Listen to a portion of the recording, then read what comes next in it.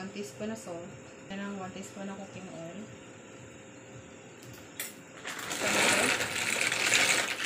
Minutes natin para niya ilulutuin.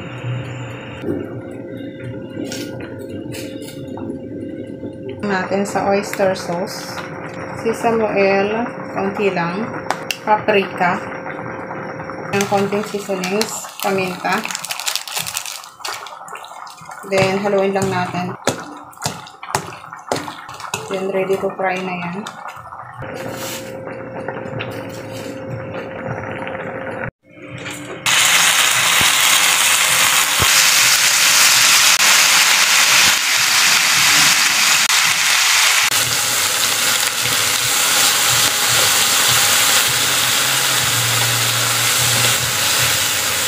So, gagamit lang tayo guys ng malaking pan.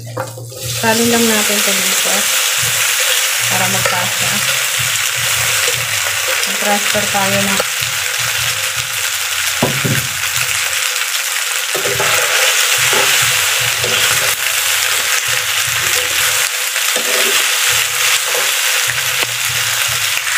doon sa pinagpakuluan ng pasta ng tayo.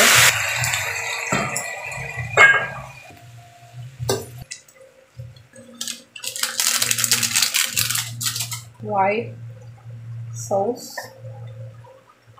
Wow. Yung cheese. Ano resulta? Pag tayo ng tawag nito. Ang pasta. Hindi ko na pinakita. Ayan ang toppings. Oh, creamy guys. Ito na yun. Alam mo guys, sinend lang ito sa akin. Picture lang sinend sa akin.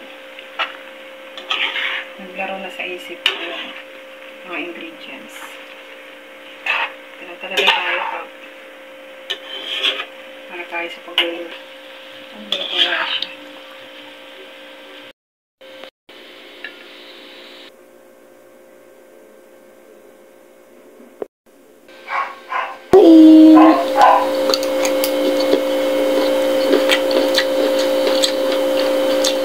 Wow!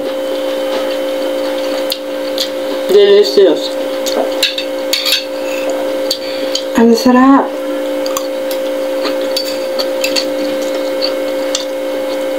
Yummy! Creamy na creamy! Ang sarap!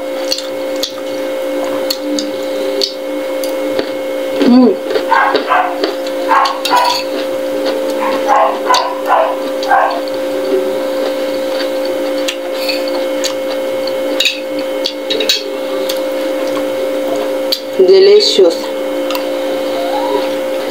Subukan nyo to guys. Ang sarap.